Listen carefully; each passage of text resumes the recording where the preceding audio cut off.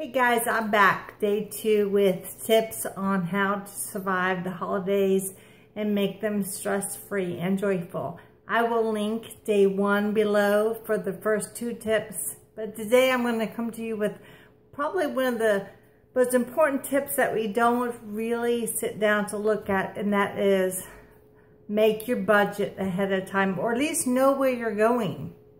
You know, Zig Ziglar has a great quote. He says, "You are exactly where you want to be." And some of us can rejoice with that, and some of us go, ouch. And that is also true in the area of finances.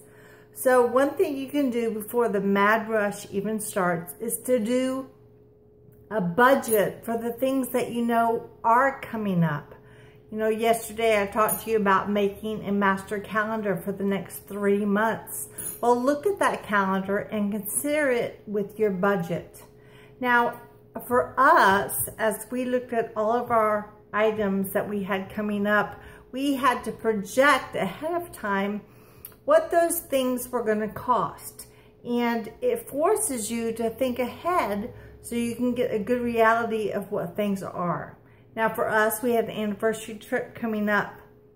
We were going to go away. We were putting in the cost of food, gas, and travel. Our housing is complimentary, so we're lucky there, but if not, you have a fee for housing. My husband wants to go see his father in Kentucky. We had to estimate for that trip.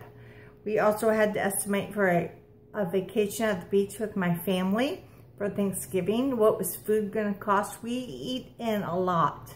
We have a place that has a kitchen, so we make our own meals ahead of time, and we only eat out 1 or 2 times when we're there. We also had to talk about my birthday that's coming up. We have to also talk about all of the Christmas gifts for our family. We wrote down every family member, and we wrote down the kids. And 23 people just in our immediate family that we want to buy gifts for. Now remember, I said want, not have to. And then we have coming up for our family, we have to project that after January comes April, and that is our tax season. And for us, in our profession, we pay taxes in April. And so we have to keep at the back of our mind, so we're looking at our budget now, that we have a big bill coming up. And also we have a very great opportunity coming up at the beginning of next year that if our plans work out, we're able to do. But we have that in our heart, but we know there's a cost. So we've also added that into our budget.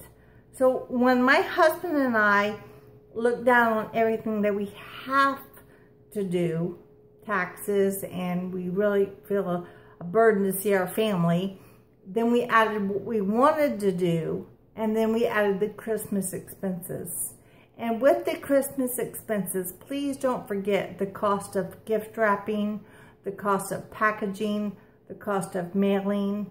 Also, don't forget about those parties. Do you want to buy a new outfit for a party? You have to think about that. Do you have child care? If you have child care needs, you need to think about a babysitter, or what it would be to have someone come in overnight to watch your kids because you're going off for the weekend. Think about all that pet care. If you have pets, do you pay to have your pets taken care of while you're away? All of those needs that you think you might have in the next 2 to 3 months for the holiday season, write those finances down ahead of time and get a good look at that bottom figure. Now, when you get that bottom figure, let me tell you what the financial advisors say, always to add 20%. Like, wow, we don't forget that, because there are things that come up that are unexpected. For example, my car just needed new tires. You may need new tires before a long road trip. You have to add that cost in. You might need to get your car serviced. You want to add those costs in. So get that bottom figure and take a look at it, and then add 20%. That's going to help you kind of get a reality of check of what's coming. And if your desire for this holiday is simple joy, you might decide to cut some things out. I know my husband and I got to that bottom figure, and we looked at it and said, there is no way add that again. I added it again. My husband said, there is no way it costs that much. I added it again. We're sitting with a figure we never would have expected had we not done this exercise. And so in order to move forward in the stress-free desire that we have, we are cutting some things on purpose. We're asking some tough questions because we really want to live debt-free. That's been our goal. We've been doing that on purpose. And so he and I are having continual conversations about what matters most, about what is going to line up with our vision for the holidays, about what is really realistic for our season in life. And that's one thing you have to realize, friends. Every season in life is different.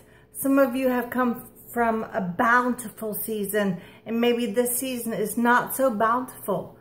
Like we talked about yesterday, there has to be some change and some readjustment, and that is normal. You know, statistics say that the average person changes jobs 5 times so in their lifetime. So to be in a different season of life, you have to soak that in. You have to embrace that and be okay if things aren't like last year. You know, we set ourselves up sometimes for disappointment because we don't want to change with the seasons. Seasons are inevitable.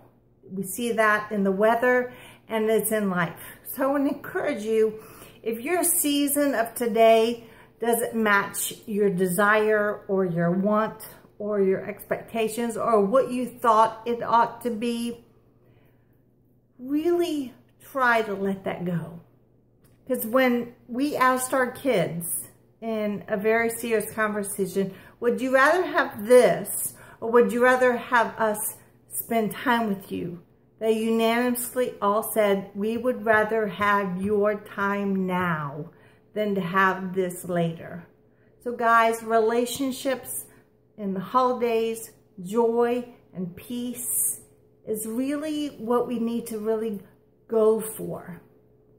Work through that. It's easy to write a check. It's easy to send a present.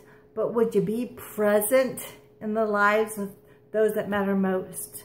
I want to hear what you guys are doing this holiday season to help keep your budget intact. I know you've got some creative ideas, but the key for today is to know where you're going, check what's realistic, make the changes you need to make financially so that after December, you guys are still happy and blessed and in love, and you can look back in the holidays and say, you know what, we did this right. Have a good day, and tomorrow I'm going to share with you about gift buying. I'm going to give you a website that you can go to that will help you compare all the prices for one item in all the sites. Hope you're enjoying these tips. I'll talk to you later. Have a great day. Bye.